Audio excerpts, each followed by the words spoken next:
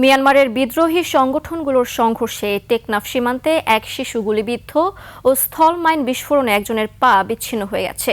এতে সীমান্তবর্তী এলাকায় স্থানীয়দের মাঝে চরম আতঙ্ক বিরাজ করছে। নাফ নদীতে মাছ ধরা বন্ধ রেখেছেন জেলেরা। এমন পরিস্থিতিতে সীমান্তে পুঁতে রাখা মাইন অপসারণ ও নিরাপত্তা নিশ্চিতের দাবি জানিয়েছে স্থানীয়রা। এদিকে ঘটনা তদন্ত করা হচ্ছে বলে জানিয়েছেন বিজিবি। টেকনাফ প্রতিনিধির তথ্যচিত্রের ডেস্ক রিপোর্ট।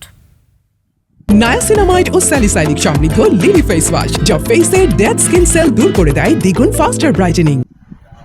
মিয়ানমারের রাখাইন রাজ্যে আরাকান আর্মি ও রোহিঙ্গা সশস্ত্র গোষ্ঠীর সংঘর্ষে টেকনাফের হোয়াইংকং সীমান্তে এক শিশু গুলিবিদ্ধ হয়েছে। একই সময়ে নাপ নদীতে স্থলমাইন বিস্ফোরণে একজনের পা বিচ্ছিন্ন হয়ে গেছে। এতে সীমান্ত এলাকায় আতঙ্ক ও ক্ষোভ বিরাজ করছে।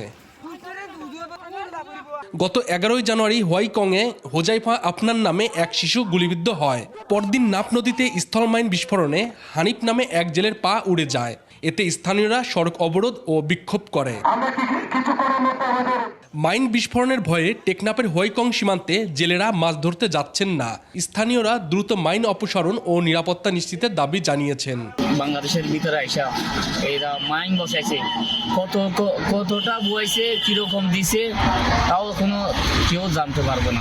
আমাদের জোর দাবি হচ্ছে ওইখানে যে মাইন বোমা ওইখানে ফুটে রাখানো হয়েছে, ওইগুলা সরকারের পক্ষ থেকে একটা কোনো পদক্ষেপ করে ওইটা উঠানোর ব্যবস্থা করা। এদিকে গুলিবিদ্ধ হুজাইফা ও মাইন বিস্ফোরণে আহত হানিফের সুচিকিৎসার দাবি জানিয়েছেন স্বজন ও এলাকাবাসী। আমার মাইয়া বর্তমানে গুলিটা বাইর করতে পারে নাই। আমার মাইয়া যেন সুস্থ হয়ে ভালো চিকিৎসা যেন পাই, উন্নত চিকিৎসা যেন পাই। একটু উন্নত মানসিক স্থলে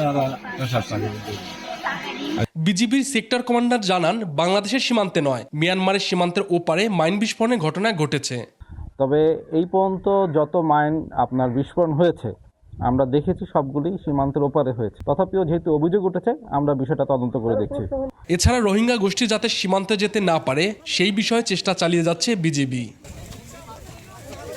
মনোয়ার হুসাইন,